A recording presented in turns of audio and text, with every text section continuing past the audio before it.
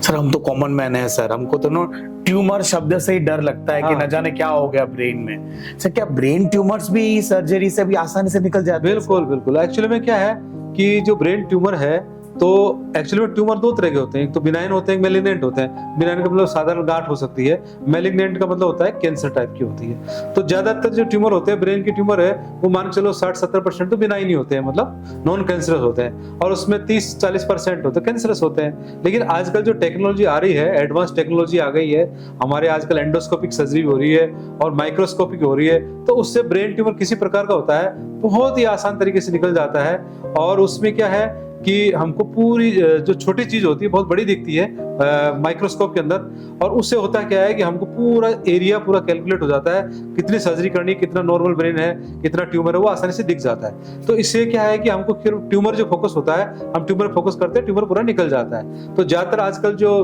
पहले जो वर्ल्ड में जो एक ब्रेन का ट्यूमर होता है, ग्लाइमा बोलते हैं, उसकी 1 साल से ज्यादा उम्र नहीं होती थी पेशेंट के ऑपरेशन के बाद में भी। लेकिन आजकल पेशेंट 4 साल, 5 साल, 6 साल भी जी रहा है, तो बहुत मतलब समझ लो 5 गुना उसकी लाइफ बढ़ गई है। तो ये सर्जरी के कारण ही बढ़ी है, जो एडवांस टेक्नोलॉजी है उसके कारण ही बढ़ी है। सही।